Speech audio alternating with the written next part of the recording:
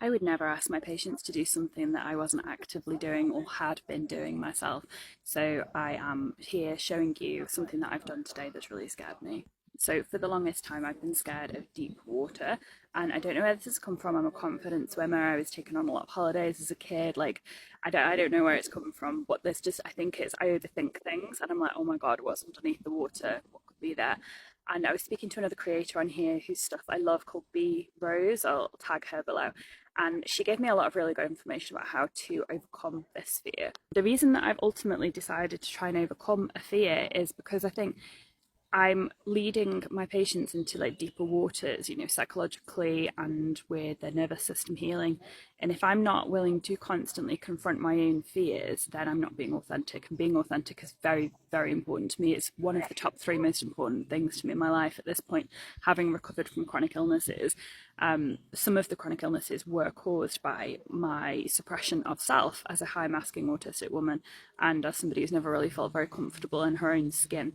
So I'm determined to take a radically different path this time and, documenting the journey. So if this isn't relevant to you in terms of you have a fear of swimming or fear of water, then stick around because I'm only using it as a metaphor. There is a concept in Jungian psychology, which I'm not a practitioner of, but I do enjoy exploring, reading about, and learning about. There's this concept that deep water is reflective of our unconscious or subconscious fears, and that really resonates with me. I've had nightmares about deep water for a really long time. I've never had any bad experiences in the water apart from panic attacks, which, was because I was scared of water. Nothing actually bad has ever happened. So I think that that is true for me. I think this Jungian idea of being frightened of your own unconscious is true for me in this case, and this is why I want to address it. So I've come to the beautiful Whitmore Lakes today. If you're anywhere in and around Staffordshire, Cheshire, you should definitely check it out. I will tag them below. They're most incredible lakes. Like everything's so clean. You can see the pool behind me, and I'm going to intersperse me talking with lots of beautiful images and videos of the surroundings so that you can see and come here and experience it for yourself. It's well worth the drive. It's about 40 minutes drive from mine, but it's really accessible in terms of, it's flat. You don't have to walk ages to get here. So if you are still in this chronic illness phase, then it's really, really accessible. And also all of the pools you can walk down into and then you can just stop. You don't have to swim. So if you can't swim, or if like me you're a little bit scared, you don't have to swim. You can paddle. I'm going to bring my missus here because she actually can't swim. She never learned, and it's something that we're doing together as adults. Like she's learning to swim as an adult because we've got plans that involve like traveling the world, and her not being able to swim will be a problem from a safety point of view. So it's something that she's doing, and I really applaud that because if you didn't have a childhood where you were taught to swim, it's very hard to learn this sort of stuff as an adult, both in terms of finances and in terms of like motor coordination and in terms of finding the energy, because being an adult is really hard work. So because I've now healed my chronic illnesses, which if you're familiar with my page you'll know I bang on about all the time because it's not something I see a lot of people talking about, and I think it's important. Because I've healed that, the whole world is like now open to me, which is incredible. I'm doing things again I didn't think I would be able to do again. I used to run when I was in my 20s, which is funny because I would always have like my parents write notes to me about PE. I hated it, but then I used running as an outlet for all the frustration I felt when I was in my 20s, and then I wasn't able to do it in my 30s because I was chronically ill. And I'm now at 38 yesterday able to get back into running, which is such a gift. And I do think that our health is our wealth. I know it's cheesy. I don't care. I've never heard of a better expression that explains sufficiently how I feel now that I'm on the other side of chronic illness. I don't know any other expression. There's no amount of money in the world that can buy the experiences you've got when you're in good health. And I feel incredibly privileged, incredibly lucky to have been able to turn everything around. And if you are having any sort of chronic illness, I specialize in this. This is my job. This is what all my page is about. So you can send me a message and figure out how we can work together. All the links for everything that I do are in my bio. You can take my free nervous system quiz to see where you're at. And actually, nervous system stuff is something that I do a lot of with patients, which is why I'm here today, because like I said in the very start of this video, I need to be owning my stuff and making sure that I'm congruent. Congruent is a great word. I love congruence. It means living in sort of the same way So you are the same all the time, which has been very difficult for me as somebody who has previously struggled with low self-esteem. I would mold and shift according to what the group or the situation required of me, and I do less and less and less of that every year now, because it's actually exhausting. And since I don't do that anymore, I've noticed that my depression has gone, because high masking and depression for women go hand in hand normally, and that leads to very high rates of suicidal ideation. I'm not going to be allowed to say that on TikTok, am I? Damn it. Right, it leads to very high rates of wanting to self-cancel, because the pressure is so great to keep up this facade that you're coping. So once I healed, I was determined never to go back down that route again. I say this quite a lot, but the thing with nervous system regulation is it's an ongoing process, and the goal is not to be calm all the time.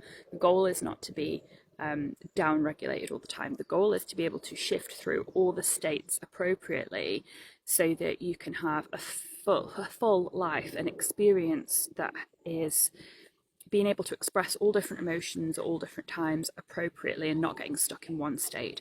And when we're talking about nervous system regulation, we're also talking about nervous system capacity building. And it comes sort of at the end of healing chronic illness. So to get to this state where we are regulated most of the time, which I am, you then don't just stop. You have to build your capacity. So for me, this is what I'm doing today. I'm building my capacity. I'm doing something that frightens me, doing open water swimming, and I've managed it. I'm filming this after my lunch, so I can't swim at the moment, and I've done, I think, a total of 10 minutes non-stop swimming. I've done like 5 sessions of swimming. So I had 2 minutes, and then I had 3 minutes. I built it up. And then after 5 minutes, I just felt so confident that I went for 10 full minutes. And I really believe that fear is something that is wanting to trap us. I don't believe that fear is a helpful emotion most of the time. There are exceptions to this, but for me, in my life, I don't live in a war zone. I live in a peaceful country, and I don't think the fear that I used to have around life is actually warranted. So for me, it's really important to conquer my fears. So I had a fear of being visible. I started social media. I had a fear of being seen, in my work. So I opened a high street shop with massive glass windows and get seen every day. I had a fear of public speaking. So I did workshops and talks and leading courses. I have a fear of making more money and being seen as a successful woman. So I put my prices up. I just, at this point in my journey, feel that overcoming fear is the fear itself. And I say this to my patients at the end, or coming to the end of their journeys with me. About 2/3 of the way through, they will start to usually want some sort of creative outlet for the new energy that they've got. They will want some sort of expression of self. One of my sayings, and I don't know if anyone else ever says this, any other practitioners, but the opposite of depression is not happiness, it's expression. Expression of your soul, expression of your unique purpose here on this earth. And I stand by that, because I'm not happy all the time. I'm not a very cheerful person. That's just not who I am. I can have moments of deep joy. I feel joy on a daily basis now, but I wouldn't say that I'm a naturally upbeat person. I'm very reflective, very introspective, quite quiet, not shy anymore, but definitely like self-contained. And my expression is no less valid for it being quieter. One of the ways I like to self-express is to do social media like this, to talk out loud, to impact people in the way that I'm also impacted by other creators, like B Rose, who I mentioned earlier. She shared about how she was overcoming her fear of water swimming and how she'd done it, and that inspired me. So I'm hoping that in sharing any of this, I'm inspiring somebody else as well, because for me, that's one of the main points of life, is to share our own experiences and to inspire others. So I would challenge you to do something that scares you today. Pick a couple of things, maybe make a list. It doesn't have to be anything big. The point of nervous system capacity stretching is that you go beyond a little bit what you're comfortable with. It doesn't have to be a massive amount. You can stretch it a little bit.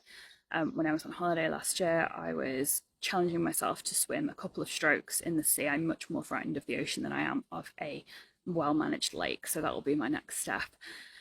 And I would challenge you to do something that frightens you as well, because it's character building in the best way, and it develops this self-trust and this self-confidence that I'm always talking about. If you are looking for more ways to develop your self-trust, you can get my guide called 28-Day Reset. The link is in my bio. And it will talk you through creating your own routine and building your own sense of self-trust and self-concept, because I truly believe that's foundational when overcoming chronic illness. It's the very first step that I take with patients. So you, of course, can work one-on-one with me. And if you're not in that space yet, or if you want to do some pre-work and get ahead of the game, then getting that guide and doing it for 28 days minimum would be the best place to start. I'm going to go back in and have a dip now. Bye.